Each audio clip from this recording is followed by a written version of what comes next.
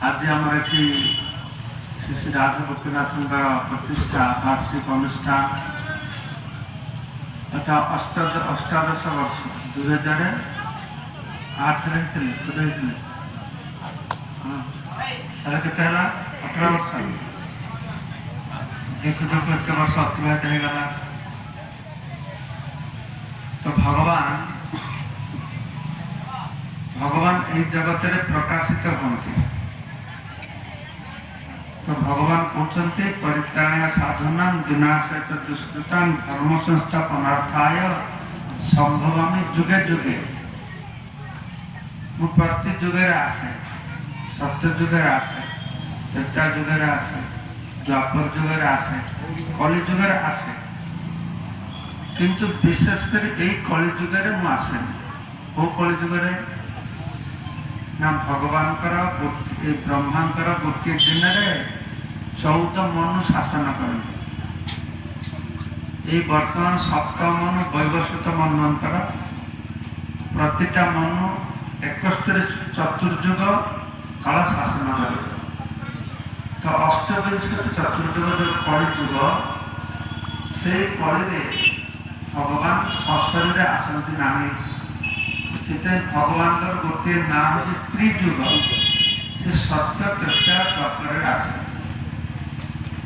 तो से कहते कलिकाले जीव केमी उद्धार पाइबे ना कलिकाले नाम रूपे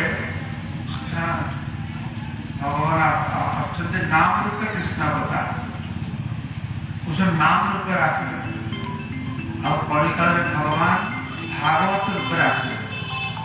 कृष्ण सखामपगते धर्म ज्ञानादि सह कलौनष्ट दुष्सामस पुराणार्थ अधुना अतीत। द्वापर जुगर शेष कृष्ण सुधम प्रत्यावर्तन करले तो कलिहत बद्ध जीव मान दृष्टि शक्ति हरैले रास्ता खोजी पाइबेनि से भागवत महापुराण प्रकट है। तो कलिजुग भगवान नाम रूप नाम ब्रह्म, भागवत रूप शब्द ब्रह्म, आगे अर्चा विग्रह रूप से आसे। अर्चा विग्रह हूँ भगवान कृपा करके से अर्चा विग्रह माध्यम आम सामने प्रकट होती। साधारणतः सारा विश्वर मनुष्य माने जो माने भगवान बोली किसी मानती से भगवान हो आल्ला हो गॉड हो से समस्त धारणा जे भगवान निराकार। मुसलमान माने भगवान आकार को मानते, ख्रिस्टान माने आकार को मानते, हिंदू माने भी भगवान को निराकार बोले मानते।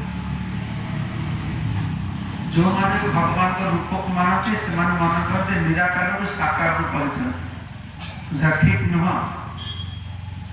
भगवान निराकार को साकार होते। भगवान का साकार रूप हो नित्य, निराकार को साकार हो साकार निराकार हो तान। किंतु हमारा वैदिक शिक्षा अनुसार जो ज्ञानी अच्छा, योगी अच्छा, भक्त अच्छा। ज्ञानी माने कौन करते ना निराकार ब्रह्म उपासना करते। योगी माने कौन करती परमात्मा उपासना करते। भक्त माने भगवान का साकार रूप उपासना करते। ब्रह्मेति परमात्मा भगवान शब्दते परम ब्रह्म को 3 प्रकार उपासक माने 3 प्रकार उपासना करते। तो दले अच्छा ज्ञानी ज्ञान योगी माने से निराकार भगवान का अंग ज्योति जस्य प्रभा प्रभवत जगदंड कोटि अंग ज्योति की ज्योति को दर्शन करके निराकार बोली मान करते। ज्योतिर पछपटे जो भगवान रूप रही धाम रही लीला रही ज्ञानी मान ज्ञानर चक्षु द्वारा देखिपारे। ज्ञान चक्षु द्वारा आत्मदर्शन हम, निराकार ब्रह्म दर्शन हम, भगवान दर्शन हम नहीं। भगवान दर्शन हम को भाव ना भक्त्याम अभिजानाति भक्ति प्रेमांजन भक्ति विलोचन प्रेम भक्ति द्वारा से भगवान रूप को देखी हम। से कहते ना भक्त वत्सल भगवान भक्तर भगवान জ্ঞানী বৎসଳ ଭଗବାନ ନୁହଁ, ଯୋଗୀ ବତ୍ସଳ ଭଗବାନ ନୁହଁ। ତ କର୍ମୀ ଜ୍ଞାନୀ ଯୋଗୀ এই ଭଗବାନ ରୂପକୁ ଦେଖିପାରିବେନି। ସେଥିପାଇଁ ସେମାନଙ୍କ ଦୃଷ୍ଟିଭଙ୍ଗୀରେ ଭଗବାନ ହେଉଛନ୍ତି ନିରାକାର। ଭକ୍ତର ଦୃଷ୍ଟିଭଙ୍ଗୀରେ ଭଗବାନ ନିରାକାର ନୁହନ୍ତି। କାହିଁକି ନା ଭକ୍ତଙ୍କର ଚକ୍ଷୁ ପ୍ରେମ ଅଞ୍ଜନରେ ରଞ୍ଜିତ ହୋଇଛି, ଭଗବାନଙ୍କର ସାକାର ସ୍ୱରୂପକୁ ସେ ଦେଖିପାରନ୍ତି। ତ ଭଗବାନ ନିରାକାର ନୁହନ୍ତି, ସାକାର। ତାଙ୍କର ଧାମ ରହିଛି, ତାଙ୍କର ରୂପ ରହିଛି, ତାଙ୍କର ଗୁଣ ରହିଛି, ତାଙ୍କର ଲୀଳା ରହିଛି। ତୁ ଯେ କହ ଯେ ଭଗବାନ ନିର୍ଗୁଣ, ସେ ନିର୍ଗୁଣ। ତାଙ୍କ ଭିତରେ ତାଙ୍କର ଉପରେ ଏ ଜଡ଼ ଗୁଣର ପ୍ରଭାବ ନାହିଁ, ତମ ଗୁଣ ରଜଗୁଣ ଶତ୍ରୁଗୁଣର ପ୍ରଭାବ ନାହିଁ। ସେଥିପାଇଁ ତାକୁ କୁହାଯାଏ ନିର୍ଗୁଣ। ସେ ନିରାକାର। ନିରାକାର ମାନେ ତାଙ୍କର ଭୌତିକ ଆକାର ନାହିଁ, ତା ମାନେ ତାଙ୍କର ଆକାର ହିଁ ନୁହଁ, ତାଙ୍କର ଚିନ୍ମୟ ରୂପ ରହିଛି, ଦିବ୍ୟ ରୂପ ରହିଛି, ଦିବ୍ୟ କର୍ମ ରହିଛି। ଜନ୍ମ କର୍ମ ତୁମେ ଦିବ୍ୟମ୍ ଏବଂ ଦୁର୍ବିତ ତତ୍ତ୍ୱତଃ କୃଷ୍ଣ ବିଚାର କହିଲେ ମୋର ଜନ୍ମ କର୍ମ ଦିବ୍ୟ ତ୍ରିଗୁଣାତୀତ। ତ ପ୍ରଥମେ ସମସ୍ତଙ୍କୁ ଆମକୁ ବୁଝିବାକୁ ପଡ଼ିବ ଯେ ଭଗବାନ ନିରାକାର ନୁହନ୍ତି, ତାଙ୍କର ସାକାର ସ୍ୱରୂପ ନିତ୍ୟ ରୂପ ରହିଛି। ଯୋଉ ଦଳେ ଅଛନ୍ତି ମନେ କରୁଛନ୍ତି ହଁ ଭଗବାନଙ୍କ ରୂପ ରହିଛି, କିନ୍ତୁ ନିରାକାରରୁ ସାକାର ରୂପ ଛାଣୁଛନ୍ତି, ସେଟା ଠିକ ନୁହଁ। ସାକାରରୁ ନିରାକାର ରୂପ ବୁଝାଯାଉଛି। ସେ ନିରାକାର ରୂପରେ ସର୍ବତ୍ର ବିଦ୍ୟମାନ। ଯେମିତି ଆମେ ଦୃଷ୍ଟାନ୍ତ ଦିଆକୁ, ଆପଣ ଯୋଉ ଘରେ ବସି ଟିଭି ଚଲାଉଛନ୍ତି, ଟିଭି ସେଣ୍ଟରରେ ଡ୍ୟାନ୍ସ କରୁଛି, ସେ ଘରେ ଟିଭି ଚଲେଇଲେ କେମିତି ଚାଲୁଛି ଜାଣିଥିବେ କେମିତିକା ନା? ସେଇଟା ସାରା ପୃଥିବୀରେ ଯୋଉ ଆକାଶ ଇଥର ଅଛି, ସେଇ ଛବିଟା ସର୍ବତ୍ର ସର୍ବବ୍ୟାପକ ଅବସ୍ଥାରେ ରହିଛି। ଆଉ ଟିଭି ଚଲେଇଲେ କଣ ହଉଛି, ସେ ଆକର୍ଷଣ ଟାଣିକି ଆମେ ଗୋଟେ ରୂପଟେ ଦେଖିପାରୁଛେ।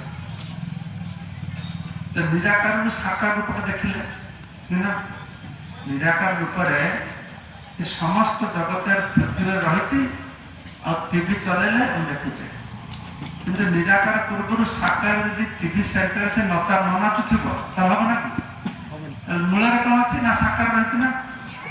ସାକାର ରୂପଟା ସେ ସାରା ପୃଥିବୀରେ ବ୍ୟାପ୍ତ ଭାବରେ ରହିଛି, ସେଥିରୁ ଆମେ ଟିଭି ଚଲେଇଲେ ତ ଦେଖିପାରୁଛେ। ଠିକ ସେଇଭଳିଆ ଭଗବାନ ଗୋଲକବୃନ୍ଦ ସାକାର ରୂପ ଅଛନ୍ତି, ସେଟା ନିରାକାର ଭାବରେ এই ଜଗତ ସର୍ବବ୍ୟାପକ ରହିଛନ୍ତି। ଆଉ ଯୋଉଠି ଭକ୍ତି ରୂପକ ଟିଭି ଚ୍ୟାନେଲ ଆମେ ଚଲେଇବା, ହୃଦୟ ରୂପକ ଟେଲିଭିଜନ ଅନ୍ କରିବା, ସେ ରୂପଟାକୁ ଆମେ ଦେଖିପାରିବା। ସାକାରରୁ ନିରାକାର ନୁହଁ, ସେ ନିରାକାରରୁ ସାକାର ନୁହଁ, ସାକାରରୁ ନିରାକାର। ସେଇ ଭଗବାନ ଆମମାନେ ତ ଏଇ ଜଡ଼ ଚକ୍ଷୁରେ ଦେଖିପାରିବା ନାହିଁ, ତାହେଲେ କେମିତି ଆମେ ଦର୍ଶନ ପାଇବା? ସେଇଥିପାଇଁ ସେ ଶ୍ରୀ ବିଗ୍ରହ ମୂର୍ତ୍ତି ରୂପରେ ସେ ପ୍ରକାଶିତ ହେଉଛନ୍ତି। এই শ্রী বিগ্রহ ভগবানଙ୍କର ଅଭିନ୍ନ। ଶ୍ରୀ ବିଗ୍ରହ ଦର୍ଶନ କରିବା ମାନେ ଭଗବାନଙ୍କୁ ଦର୍ଶନ କରିବା। ଶ୍ରୀ ବିଗ୍ରହକୁ ବସ୍ତ୍ର ପରିଧାନ କରିବା, ଶ୍ରୀ ବିଗ୍ରହକୁ ଭୋଗ ଅଫରିଂ କରିବା ମାନେ ଭଗବାନ। କାହିଁକି ନା ଭଗବାନ କୃପା କରିକି ଶ୍ରୀ ବିଗ୍ରହ ଉପରେ ଅବସ୍ଥାନ କରୁଛନ୍ତି। ସେ ଗୋଟେ ପଥର ନୁହଁ, ସେ କାଠ ନୁହଁ, ସେ ଖାଲି ରଙ୍ଗ ନୁହଁ। ଯେତେବେଳେ ବିଗ୍ରହ ପ୍ରତିଷ୍ଠା ହୁଅନ୍ତି, ସେ ବିଗ୍ରହ ମଧ୍ୟରୁ ଆମର ବହୁ ପଞ୍ଚରାତ୍ରିକ ବିଧିବିଧାନ ରହିଛି। ସମସ୍ତ ଭୌତିକ ଗୁଣାବଳରୁ ମୁକ୍ତ କରିକି ସେଇ ବିଗ୍ରହ ମଧ୍ୟରେ ମନ୍ତ୍ର ମାଧ୍ୟମରେ ସେ କଣ କରାହଉଛି ନା ଭଗବତ ସ୍ୱରୂପଟି ସ୍ଥାପନ କରାହଉଛି। ଭଗବାନ ତ ସର୍ବତ୍ର ବିଦ୍ୟମାନ, ସବୁଠାରେ ଭଗବାନ ଅଛନ୍ତି। ନିରାକାର ରୂପରେ, ପରମାତ୍ମା ରୂପରେ, ତାଙ୍କର ଶକ୍ତି ରୂପରେ। ଯେମିତି ସୂର୍ଯ୍ୟ ଆକାଶରେ ବହୁତ ଦୂରରେ ଅଛନ୍ତି, ସୂର୍ଯ୍ୟ ତାଙ୍କ କିରଣ ରୂପରେ ସର୍ବବ୍ୟାପକ ସବୁଠାରେ ଅବସ୍ଥାନ କରୁଛନ୍ତି। ତ ଭଗବାନ ଠିକ ସେଭଳିଆ ବୈକୁଣ୍ଠରେ ରହିକି ତାଙ୍କର ଶକ୍ତିର ମାଧ୍ୟମରେ ସେ ସର୍ବତ୍ର ବିଦ୍ୟମାନ ହୋଇଛନ୍ତି ଏବଂ ତାଙ୍କର ପରମାତ୍ମା ସ୍ୱରୂପରେ ପ୍ରତି ଅଣକର୍ମରେ ରହୁଛନ୍ତି। କିନ୍ତୁ ଆମେ ତ ସେଗୁଡ଼ାକୁ ଉପଲବ୍ଧି କରିପାରିବାନି। ଆମେ ଭଗବାନ